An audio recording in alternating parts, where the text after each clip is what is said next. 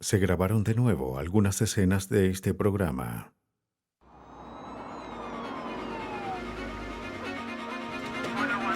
En Reno, Nevada, encuentran muertas a dos mujeres no identificadas. ¿Pueden unas pequeñas fibras conducir a su asesino? Un esqueleto, una bolsa de compras y un simple botón son las únicas pistas del investigador para identificar a una mujer y a su asesino. Un marinero es asesinado en una playa de Florida. Solo un rastro de neumáticos en la arena marca el camino hacia la justicia.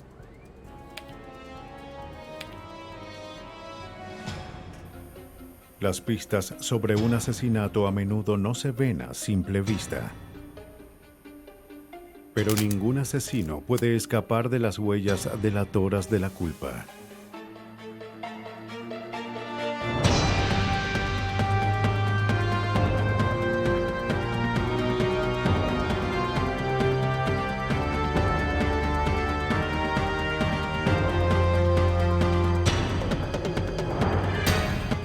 Los nuevos detectives.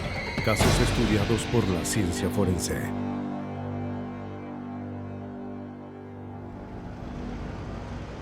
Reno, Nevada, es conocida como una ciudad para las apuestas.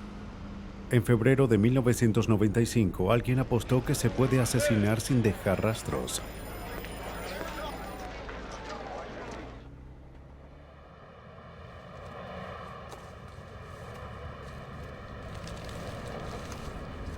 Un hombre busca cosas para vender en un contenedor de basura, cuando hace un macabro hallazgo.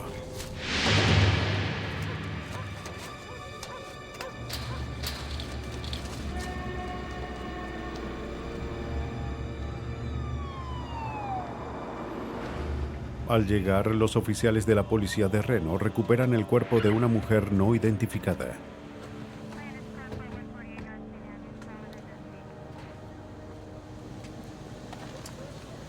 Estaba casi completamente camuflado entre los desperdicios. Para la policía, el mito del asesinato perfecto se disipó hace mucho tiempo. Hoy en día, la ciencia forense puede lograr condenas basadas en las más mínimas pistas. Pero en este caso, el asesino parece querer arriesgarse. Pudo haber abandonado el cuerpo en el desierto donde nadie lo iba a encontrar. En lugar de esto, elabora un complicado paquete, visible debido a su tamaño, esperando que el contenedor se vaciara antes de que lo encontraran. La complejidad de la envoltura era inquietante. El asesino introdujo a la víctima en varias bolsas grandes de basura, que había cosido cuidadosamente dentro de un saco de dormir. Envolvió el paquete en plástico amarillo y lo ató con varias cuerdas.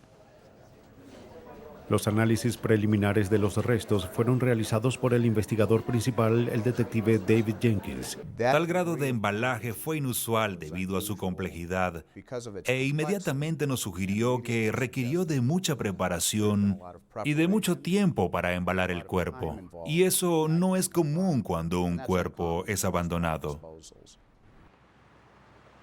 De inmediato, la elaborada envoltura dio a la policía varias pistas importantes. El asesino necesitó tiempo para envolver a la víctima como una momia moderna y de un laboratorio muy privado donde pudiera ejecutar su macabro trabajo. Para identificar el cuerpo, los detectives examinaron los informes recientes de personas desaparecidas. Uno de los casos les llamó la atención. Con fotografías familiares y sus huellas dactilares, la policía confirmó que la víctima era Catherine Powell, quien había desaparecido el viernes anterior al descubrimiento del cuerpo.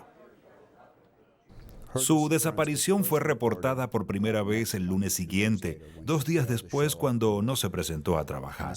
La señora Powell era maestra de escuela primaria, una profesora muy popular. Era muy querida por sus alumnos y el resto del personal, así que de inmediato cuando fue reportada como desaparecida, Hubo una sensación de urgencia tanto por su personal como por su familia, quienes sintieron que su desaparición era mucho más siniestra que solo una simple inasistencia al trabajo.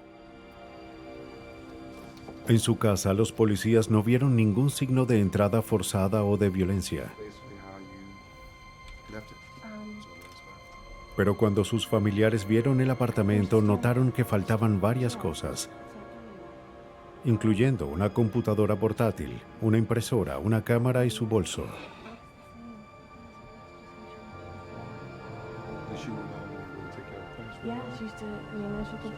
Mientras los detectives revisaban el apartamento, los investigadores forenses estudiaron minuciosamente la evidencia del contenedor.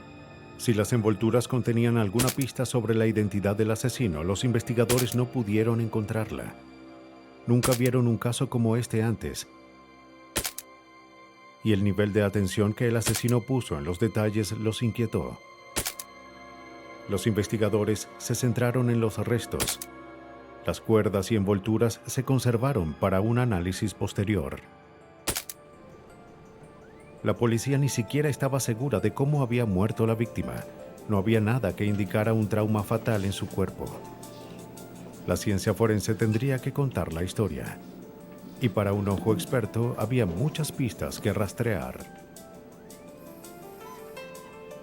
El laboratorio forense del Tribunal del Condado de Washoe asignó el caso al investigador Rich Berger. En realidad no recuerdo haber asistido a una autopsia donde hubiera tal cantidad de rastros potenciales de evidencia en el cuerpo de una persona. Era evidente que en varias partes de su cuerpo había un grupo de cordeles azul verdoso y pedazos de cierto material, ubicados desde los pies hasta la cabeza. Además de las fibras, Berger encontró una sola pieza de afeitar de metal enredado en el cabello de la víctima. Ninguno de estos rastros concordaba con las fibras o muestras recogidas en el apartamento de la víctima. La policía sospechaba que estaban vinculados con el asesino. El cuerpo de la víctima también mostró contusiones reveladoras. Al parecer, el asesino la ató, la amordazó y quizás la torturó. Las lesiones sugieren que el asesino era un hombre. Pero nueva información sugiere que no trabajó solo.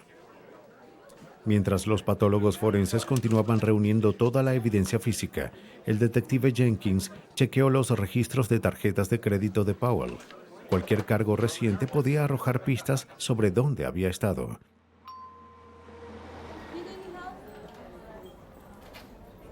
Notó que su tarjeta se utilizó para comprar un equipo de sonido de $2,000 el 5 de febrero, el mismo día de su desaparición. El empleado dijo que había conversado con la mujer que compró el equipo. Ella afirmó ser Powell. Se identificó como la señora Powell. Quería comprar un regalo para su hija por su boda. Después de hablar con su familia, sabíamos que la señora Powell no tenía hijos. El empleado le dijo a la policía que esa mujer no encajaba con la descripción de la víctima. También recordó un detalle importante: el tipo de camioneta que la mujer conducía. Los detectives rastrearon a su dueño, un instalador de televisión por cable llamado David Middleton. Ese detalle nos permitió concentrar nuestros esfuerzos de investigación específicamente en un individuo, en lugar de solo en las circunstancias generales que rodeaban la desaparición de la víctima y el uso de sus tarjetas de crédito. La policía entrevistó a David Middleton en relación a Catherine Powell. Aunque hace poco había instalado el servicio de cable en su casa, dijo que solo hablaron brevemente. Afirmó no saber nada sobre su desaparición y asesinato o sobre su tarjeta de crédito.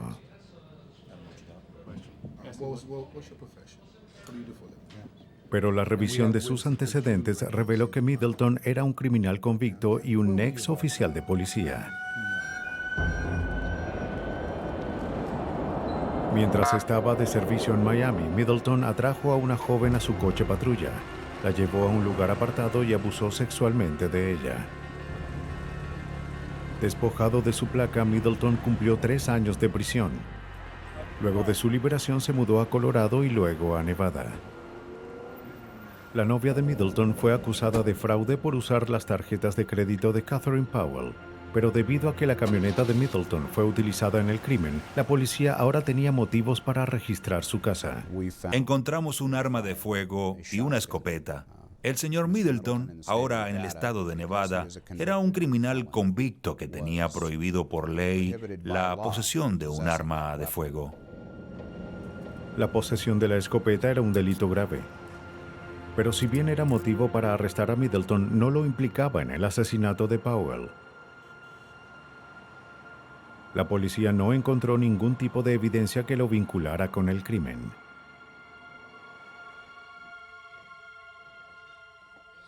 Middleton fue interrogado de nuevo. Esta vez cambió su historia. Ahora admitió haber iniciado una relación sexual con Catherine Powell. Dijo que estuvo con ella una noche, pero que se fue por una hora. Cuando regresó, estaba muerta. Se negó a ofrecer más información. Middleton era ahora el principal sospechoso en el asesinato de Catherine. Pero los investigadores no tenían evidencia real que lo relacionara con el crimen. En el laboratorio de ciencias forenses del condado de Washoe en Reno, las fibras que estaban adheridas al cuerpo de Catherine Powell no condujeron a los investigadores a ninguna parte. Desesperados en busca de pistas, examinaron de nuevo los hematomas en el cuerpo de la víctima. De inmediato se centraron en uno en particular. Tenía una inusual forma de media luna. Sospechando que era una marca de mordedura, el detective Jenkins buscó la ayuda del odontólogo forense Raymond Rosen. Vi solo algunas fotos de un cuerpo al que se le practicó la autopsia y pude notar un hematoma en la zona izquierda del pecho, casi hasta la axila. Era un hematoma que sobresalía de entre cualquier otra marca del cuerpo y tenía las características de una mordida. Confiando en que esta marca los conduciría al sospechoso, se practicaron rayos X e impresiones de yeso a los dientes de Middleton y se enviaron al Dr. Rosen. Se preguntaba con cuánta fuerza tendría que morder una persona para dejar un hematoma como el que estaba en la víctima. Se puede ver que queda una hendidura, no hay hematomas.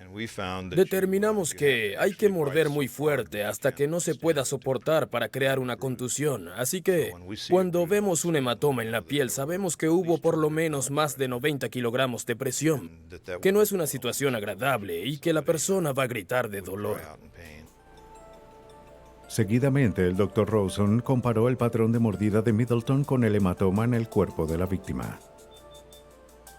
Colocó la radiografía de los bordes de la mordida sobre una fotografía con la marca de la mordedura.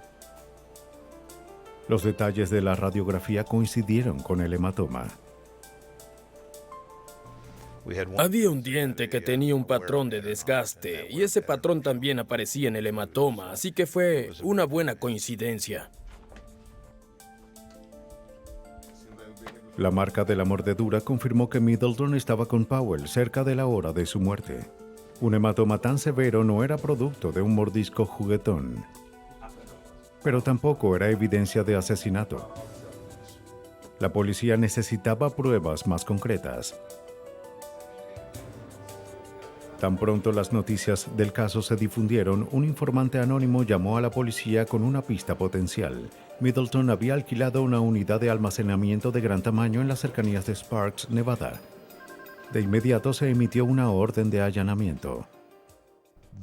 Esa información fue importante, ya que por primera vez pudimos ubicar un lugar específico donde pudieron tener lugar las actividades que involucraron el embalaje del cuerpo y su ocultamiento.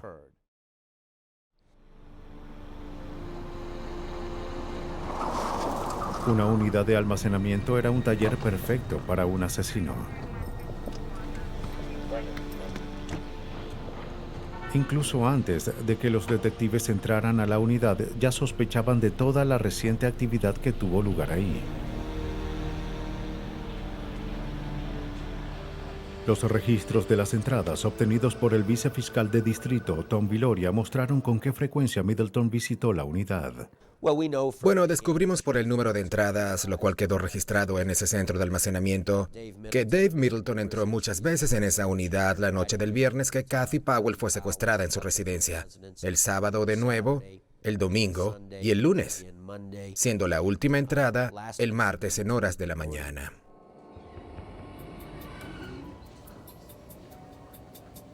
¿Estaba la policía en camino hacia un magnífico armario o la guarida de un asesino? Sabían que su caso contra Middleton dependía de lo que encontraran allí. Al principio, la unidad de almacenamiento parecía normal. Estaba repleto de artículos personales. Y en cualquier otro lugar, la cinta adhesiva y rollos de cuerda habrían parecido inofensivos.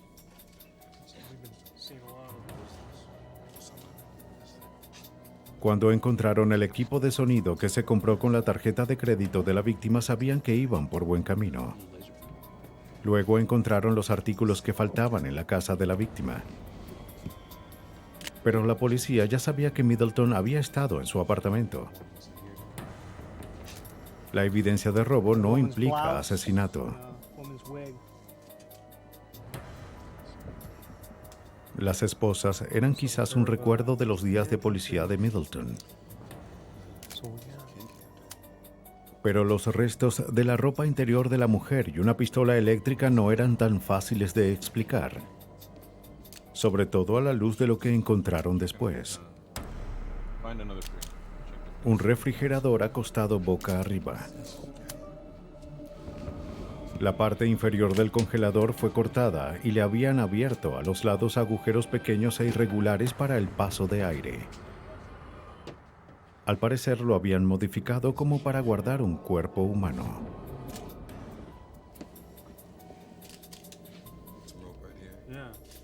Arriba de la nevera colgaba un sistema de cuerdas y poleas lo suficientemente fuerte como para inmovilizar a un ser humano. Los detectives comenzaban a imaginar las perversiones que tuvieron lugar aquí. Esta era una cámara de tortura. En pocas palabras, el refrigerador colocado de espaldas casi sugería un ataúd. Pero la depravación de Middleton fue tan lejos como para asesinar. Los investigadores aún tenían que vincularlo a la víctima.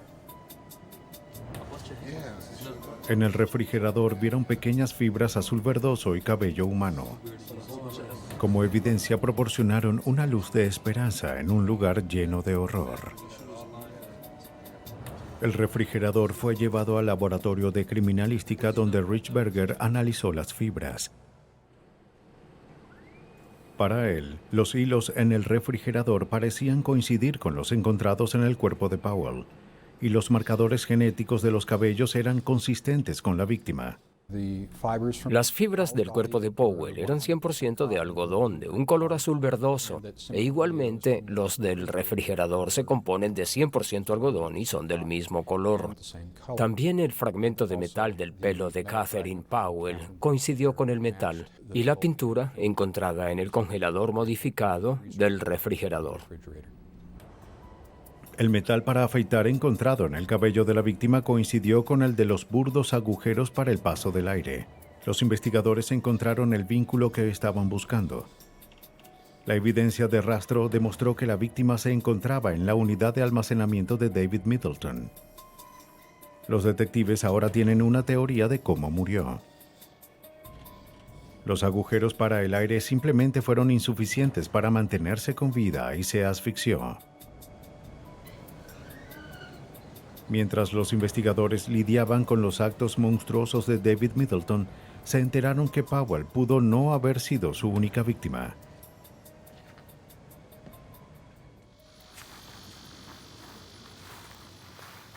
El 9 de abril, un hombre estaba paseando a su perro en las afueras de Verdi, Nevada.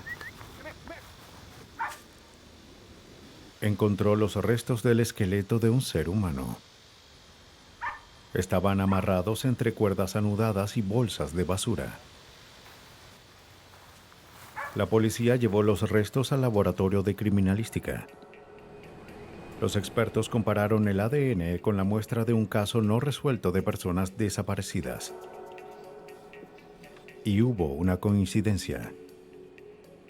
Una verificación de los registros dentales confirmó la identidad de la víctima. Se trataba de Selma de Villa, quien trabajaba en uno de los casinos más grandes de la zona. Ella estaba desaparecida desde el 8 de agosto de 1994, el día exacto en que Middleton alquiló la unidad de almacenamiento. Las excesivas cuerdas, nudos y bolsas de basura que se encontraron en los restos de Villa eran iguales a los encontrados en el cuerpo de Catherine Powell. Los nudos también proporcionaron información sobre las últimas horas de las víctimas. La atención aplicada a los nudos mostró que ambas mujeres estaban vivas cuando fueron atadas de pies y manos y lucharon desesperadamente para liberarse antes de morir. Observamos específicamente los nudos de dos asesinatos diferentes y los comparamos, comprobando que se utilizaron los mismos tipos de nudos en ambos casos. El ADN de Villa fue comparado con los rastros de ADN encontrados en la unidad de almacenamiento de Middleton. Los resultados fueron irrefutables. Al igual que Powell, ella estuvo en la unidad. Pero también se encontraron los restos de ADN de varias personas allí. Si David Middleton era un asesino en serie, Powell y de Villa fueron las únicas víctimas encontradas.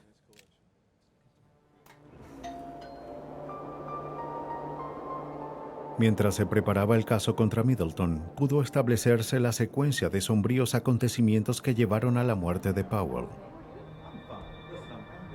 Es probable que Middleton, trabajando como instalador de televisión por cable, tuvo acceso a su casa con el pretexto de revisar el servicio de cable.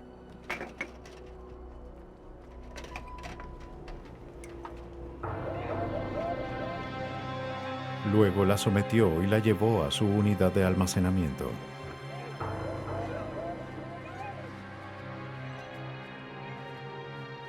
Ahí fue atada, maltratada y confinada al refrigerador sin aire.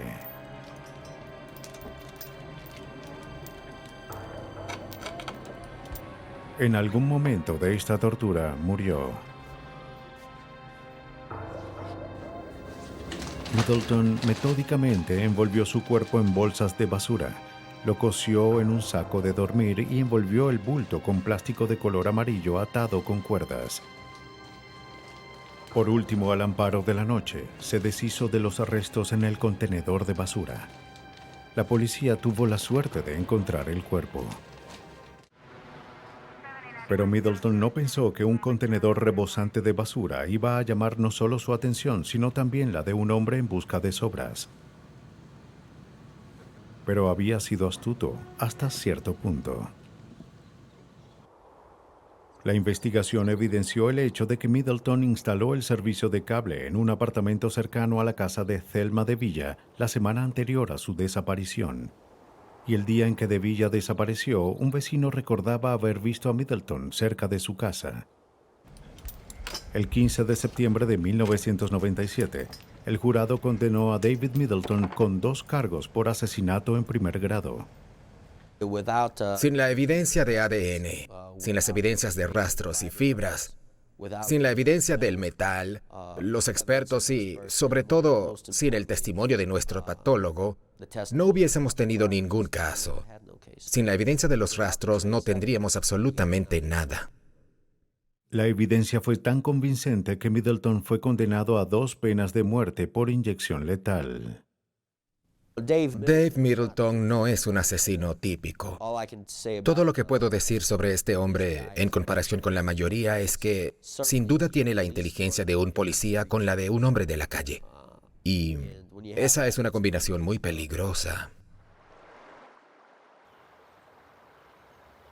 Ya sea que un asesinato se haya cometido en una jungla urbana o lejos, en el campo, algún rastro del hecho va a quedar para ser contado. 22 de marzo de 1988. En lo profundo de un bosque al sur de San Luis, se inició uno de los casos más desconcertantes que la patrulla de carretera del estado de Missouri haya presenciado jamás. y tratamos de determinar si la tumba era reciente o de indios. Parecía tener poco tiempo. El caso involucró fragmentos de un esqueleto humano. ¿Se trataba de una muerte inocente de vieja data o era la víctima de algún monstruoso crimen actual? Haría falta usar algunas de las técnicas más especializadas de la ciencia forense para decidir. Los sargentos Don Biselli, William Conway y D.W. Cright fueron de los primeros en llegar a la escena. Recibí una llamada telefónica del guardabosques y me informó que había descubierto algunos restos óseos. Llegué al campamento de niños exploradores y me dirigí al lugar de los hechos. La investigación se inició 4 meses antes. Raimo Pitkänen, un topógrafo de Finlandia y antiguo explorador águila, fue contratado para levantar un mapa del campamento de niños exploradores. El 2 de noviembre de 1987 hizo un descubrimiento desagradable. Por temor a involucrarse, Pitkänen no informó sobre su hallazgo sino justo antes de su regreso a Finlandia. La Interpol hizo que las autoridades finlandesas contactaran al caballero en Helsinki. Llevaron a cabo una entrevista con él que nos fue enviada en finlandés, la cual tuvimos que traducir. Durante casi una semana, los investigadores registraron el lugar. No encontraron muchas pistas, un cráneo y una mandíbula inferior, algunos mechones de cabello oscuro y una variedad de huesos, algunos dispersos a varios cientos de metros de la tumba. Muchos mostraron marcas de dientes, una señal de que fueron masticados por animales. Es una tumba poco profunda. Los huesos, bueno, parece que no vamos a encontrar muchos. De hecho, en el perímetro exterior encontramos un par de ellos, que podrían ser parte de lo que tenemos aquí. Vamos a revisar bien. No es suficiente como para continuar ahora. Pero a medida que la investigación avanza, las pistas poco a poco empiezan a surgir, incluyendo una bolsa de plástico. Primero pensamos que pudo haber sido un cementerio indio, pero luego, cuando excavamos en la tumba, al encontrar la bolsa de servicios de mercancías y determinar que era probablemente de 1979 a 1985, encontrar eso en la tumba realmente nos ayudó. Había otra pista, una que al final podría acercarlos a la identidad de la víctima. Un botón de metal. Tenía un logotipo estampado en la superficie, Texwood.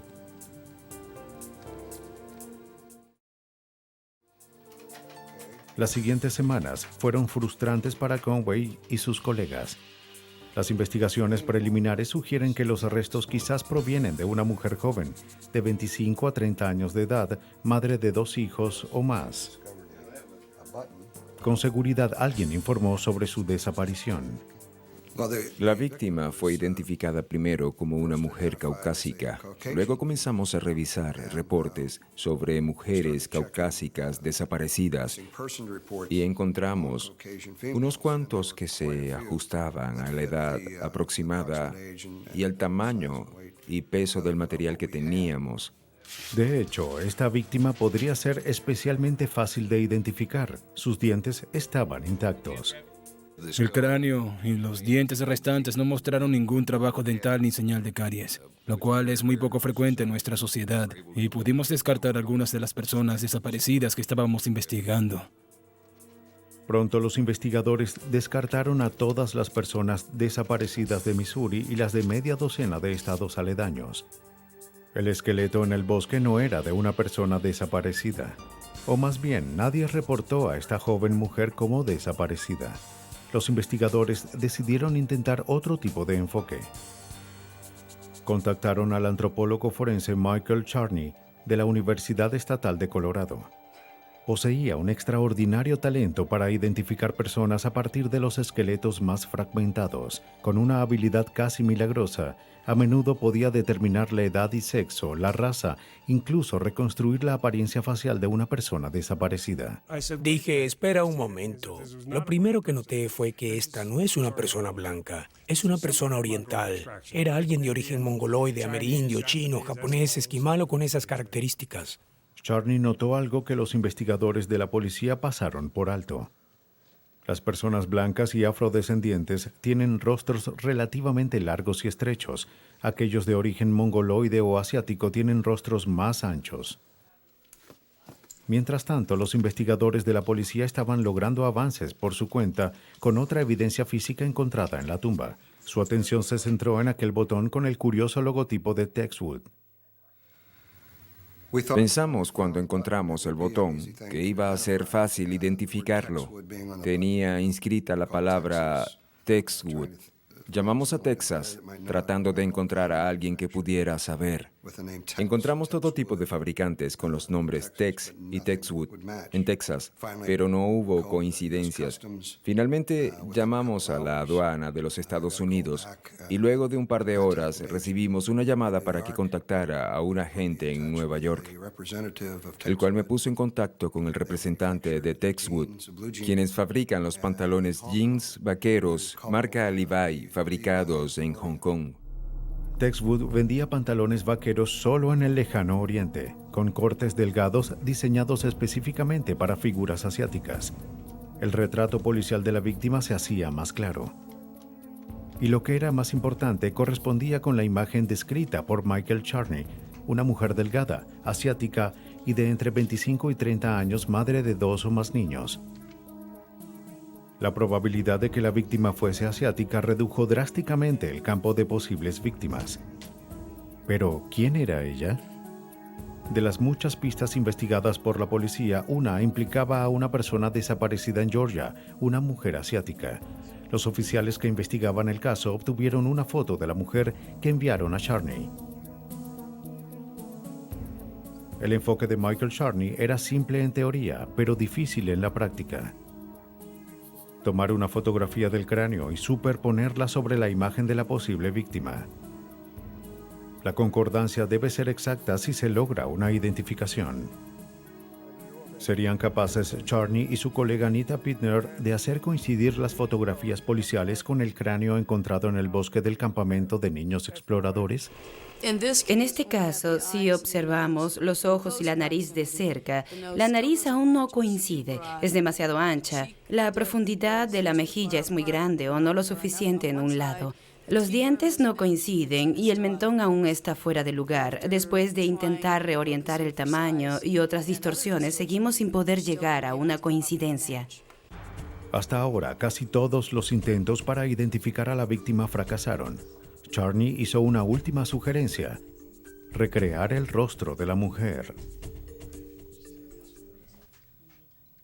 La reconstrucción de un rostro a partir de un cráneo es una de las habilidades más especializadas y espectaculares dentro del arsenal de un antropólogo forense. Comienza con precisión matemática. Una colección de clavijas redondas de goma de diferentes longitudes se pega a un molde de yeso del cráneo. Las clavijas son puntos de referencia. Cada uno identifica el espesor de los tejidos blandos en determinados puntos de la cara.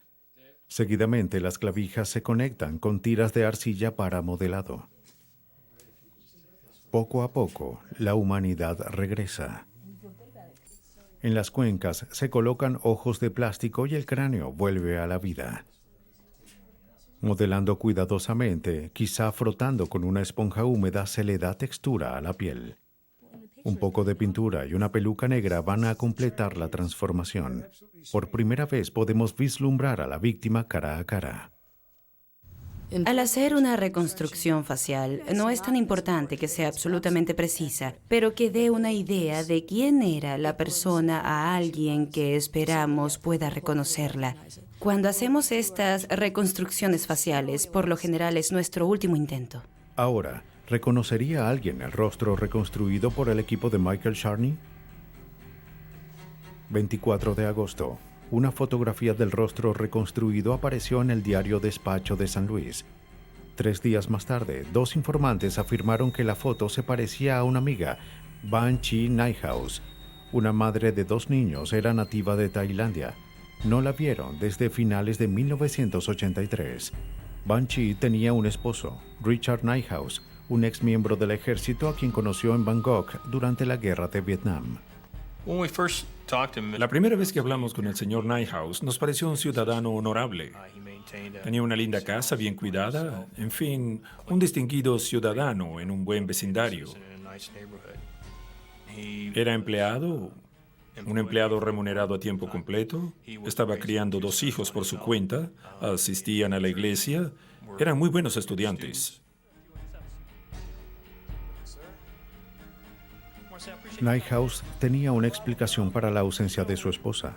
En diciembre de 1983, él y Banshee tuvieron una serie de amargas discusiones. Ella insistió en dejarlo a él y a sus 2 hijos y regresar a Bangkok. Era una historia que los oficiales no creyeron del todo. La manera de resolver el asunto era eliminando a Banshee, tal como la víctima de la tumba en el bosque. Era muy colaborador. Me dio fotos de su esposa del álbum que podríamos usar si era necesario para la investigación. La fotografía no era ideal, pero Michael Charney hizo todo lo posible. Como cualquier fotografía, en el ángulo que sea, tienes que colocarla en los mismos 2 planos exactos. A pesar de las dificultades para adaptar la posición de la cara y el cráneo, al final Michael Charney no tuvo ninguna duda de que se trataba de Banshee. Cuando recibimos la noticia de nuestro laboratorio sobre que el Dr. Charney había encontrado coincidencias de las fotografías de Banshee y Nighthouse con los restos que recuperamos, el caso adquirió una perspectiva completamente nueva. Ahora sabíamos quién era nuestra víctima y también teníamos un buen sospechoso para comenzar, el señor Nighthouse. Los investigadores rápidamente descubrieron una serie de hechos incriminatorios. Richard Nighthouse y su esposa con frecuencia tuvieron violentas discusiones. Él tomó varios días libres en su trabajo en diciembre de 1983, en la época en que su esposa desapareció. Poco después, Nighthouse se divorció de Banshee y la eliminó como beneficiaria de su seguro. Y hubo un último descubrimiento incriminatorio. Al final descubrimos que fue líder de los niños exploradores, lo cual lo vinculó directamente con los restos encontrados en el campamento. Sabemos que participó en actividades de los niños exploradores con sus hijos durante muchos años. Para el momento, Richard Nighthouse era el principal sospechoso. Los investigadores decidieron invitarlo a un nuevo interrogatorio. Eligieron el momento con cautela. Un fin de semana cuando Nighthouse se encontraba en el campamento SF, cerca de donde el cuerpo de su esposa fue enterrado. Los oficiales informaron a Nighthouse que los restos que recuperaron se habían identificado como los de su esposa. Nighthouse admitió que empujó a su esposa, quien se cayó y se lastimó la cabeza. Cuando ella lo amenazó con llamar a la policía y dejarlo, llevándose a los niños, se inclinó sobre ella, puso la mano sobre su nariz y boca y la mantuvo así hasta que murió. Luego escondió su cuerpo en el congelador. La razón por qué no encontramos nada en los archivos de la computadora fue porque el esposo de la víctima jamás denunció su desaparición. Dijo que la llevó al aeropuerto y que regresó a Tailandia, pero en realidad él la asesinó. La mantuvo en el congelador de su casa durante 3 meses y luego la llevó hasta el rancho de los niños exploradores y la enterró. Richard Nighthouse fue declarado culpable de asesinato en primer grado. Ahora está cumpliendo una sentencia de cadena perpetua sin libertad condicional. El tiempo y los elementos dañaron el cuerpo de Banshee, agregando dificultad para encontrar a su asesino. Pero incluso pocas horas pueden hacer la diferencia entre resolver un caso y perder su rastro para siempre. En septiembre de 1983, 2 amigos cerca de Jacksonville, Florida, se sorprendieron al encontrar el cuerpo de un hombre. Estaba acostado de lado, al pie de una duna de arena. Su cabeza presentaba heridas graves. Los investigadores de la oficina del alguacil de Jacksonville respondieron rápidamente. No encontraron ninguna identificación en el cuerpo. Las únicas pistas eran un palo de billar roto y un conjunto de pisadas que conducían a algunos rastros de neumáticos en la arena. La policía trabajó cuidadosamente para reunir y proteger toda la evidencia. Las huellas de los neumáticos parecían la pista más prometedora para llegar al asesino. Tuvieron suerte de encontrarlas. La lluvia, la más ligera brisa o un paso en falso podían destruir las frágiles marcas. Preservar las huellas de los neumáticos requirió de conocimientos especializados. El mismo acto de hacer un molde podía destruirlas. La policía llamó al Laboratorio Regional de Criminalística de Jacksonville y al criminalista forense Ernest Hamm. La escena del crimen fue procesada con estos rastros en mente. Se fotografiaron las huellas de las pisadas y las de los neumáticos. Entonces hicimos un molde de yeso porque ese molde nos daría una verdadera imagen, una representación tridimensional del objeto que las hizo. El cuidado en el vertido fue crucial para evitar que el peso del yeso destruyera las huellas.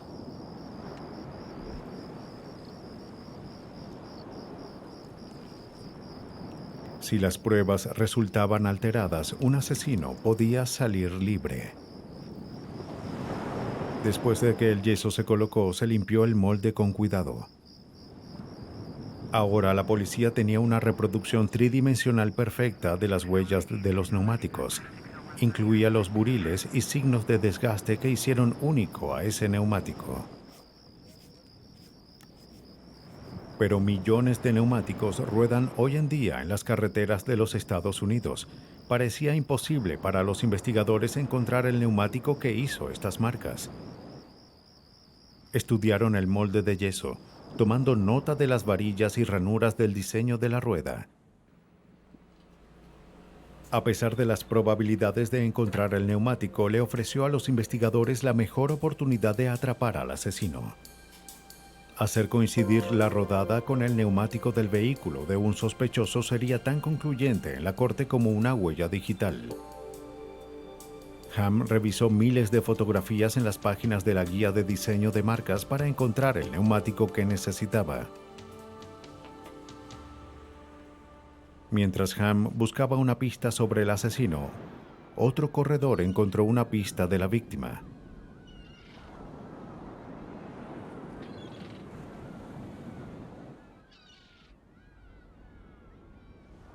La cartera pertenecía a un marinero de 21 años que trabajaba en un barco atracado en la Estación Aérea Naval de Mayport, en Jacksonville. Un oficial de la nave fue llamado a la morgue. Confirmó que la víctima era Jeffrey Michael Russell. La autopsia se realizó en los restos de la víctima. Fue golpeado probablemente con el taco de billar encontrado en la escena. Este no tenía huellas dactilares que pudieran utilizarse. Después le dispararon en la cabeza a menos de medio metro de distancia. El patólogo recuperó una bala calibre .357 del cerebro de la víctima. Los compañeros de Russell dijeron que era muy querido y salió con sus amigos la noche que murió.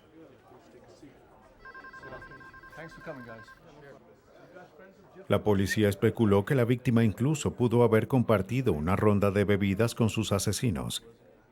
Fue visto por última vez saliendo de una fiesta, planeando hacer una parada para regresar a la base.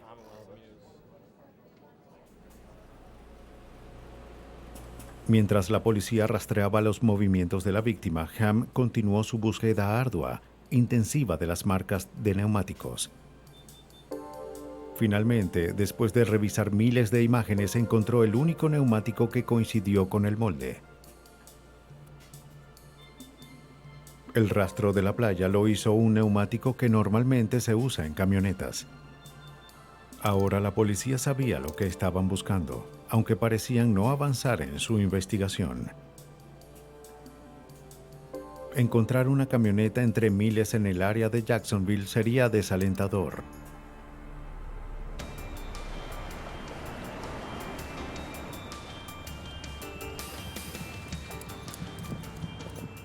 Pero entonces la policía recibió un golpe de suerte que les ahorró cientos de horas. Un oficial respondiendo a una llamada sobre un robo detuvo una camioneta sospechosa. El conductor trató de huir, pero pronto fue detenido y arrestado. Su nombre era Gregory Cockle. La policía inspeccionó su camioneta. Encontraron un arma debajo del asiento. Cockle era conocido por la policía. Era sospechoso por un caso de asesinato varios años antes, aunque nunca fue acusado. Pero su nombre salió a relucir más recientemente. La policía acababa de recibir una denuncia anónima sobre la cual Cockle se había jactado de robar y matar a un hombre en la playa. La pistola recuperada de la camioneta, un revólver .357, tenía el mismo calibre utilizado para matar a Russell. El oficial entonces se dio cuenta de que los neumáticos parecían similares a los involucrados en el asesinato de Russell. Hasta ahora, resolver el caso parecía una posibilidad muy remota. Ahora la policía tenía al principal sospechoso y posiblemente toda la evidencia para condenarlo. Para poder reafirmar los cargos, tendrían que vincularlo a la escena del crimen. La policía revisó los neumáticos para hacer esa conexión.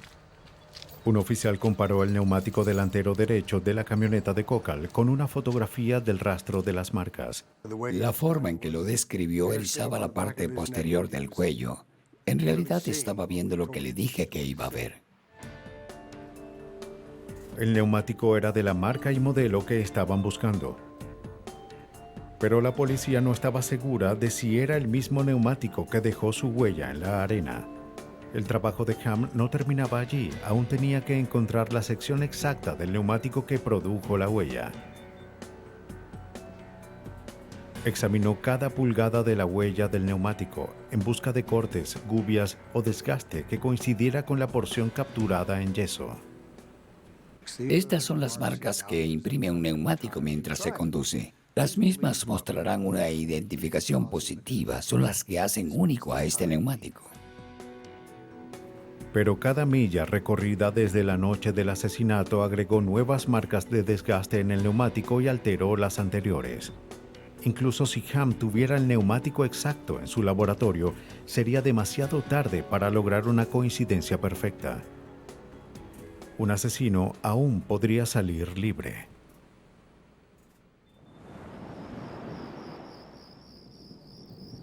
La policía de Jacksonville estaba armando un caso de asesinato basado en arena. Ahora se necesitan pruebas más contundentes. Después de un cuidadoso análisis, los investigadores encontraron marcas en el neumático de Gregory Cockle que coincidieron con el molde levantado en la escena del crimen. La policía necesitaba demostrar que el propio Cockle estaba allí. Esperaban que la .357 de Cockle fuera la pistola humeante que necesitaban. Si esta fue el arma exacta que disparó la bala mortal, los investigadores van a tener que demostrar que Cockle apretó el gatillo.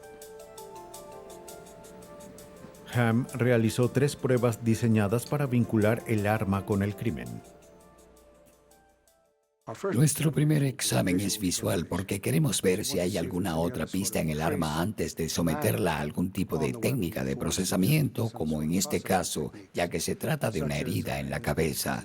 Como es una herida en la cabeza a corta distancia, es posible que haya algún tejido nuevo en el arma. Pero esta prueba era un callejón sin salida. Ningún tipo de tejido o sangre se encontró en el arma.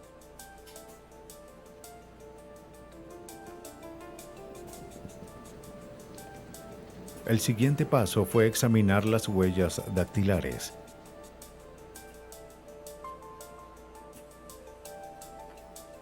El arma se sella en una vitrina y se expone a vapores de éster de cianoacrilato o pegamento común.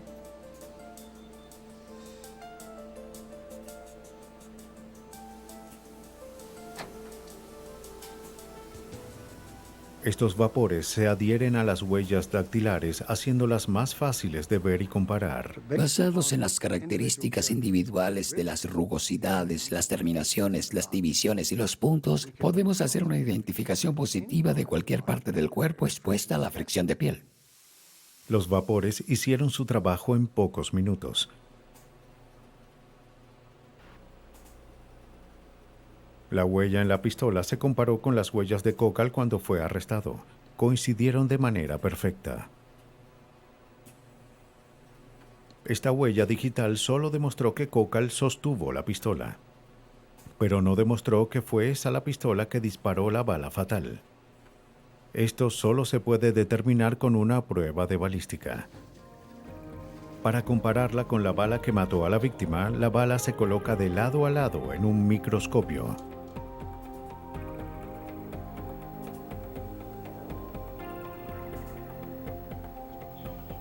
El investigador alinea los patrones de estrías de ambas balas.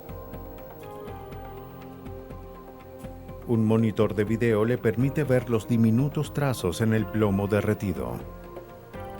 Si las marcas quedan alineadas, va a tener la prueba de que la misma arma disparó ambas balas. Y eso es precisamente lo que vio. Las marcas de estrías en ambas balas eran idénticas. Los investigadores encontraron el arma homicida. Mientras la fiscalía se preparaba para el juicio, los eventos de la noche final de Russell salieron a la luz. Mientras hacía la parada de regreso a la base, fue recogido por Gregory Cocal y un amigo.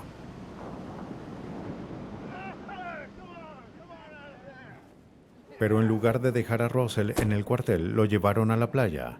Lo golpearon, le robaron el único dólar que tenía y luego Cocal le disparó. Los delitos cometidos por desconocidos a otros desconocidos son los más difíciles de resolver, pero las estrías en la bala, la huella digital y la huella de los neumáticos mostraron los rastros de la culpabilidad del asesino. El minucioso análisis forense los reunió para armar un caso sólido contra Cocal. Esa era el arma que disparó el tiro fatal. La huella pertenecía a la persona que se sospecha de haber cometido el crimen. La naturaleza azarosa, sin sentido del asesinato hizo que Gregory Cocal y su cómplice recibieran severas condenas. Los forenses demostraron más allá de toda duda que Cocal disparó la bala mortal. Fue condenado a muerte. Su amigo fue considerado cómplice de asesinato y recibió 14 años. Durante años, la evidencia más obvia se utiliza para resolver un asesinato. Hoy en día, los meticulosos métodos de recolección de la policía y el procesamiento riguroso de evidencias por parte de los expertos forenses están ayudando a asegurar que nada se pase por alto.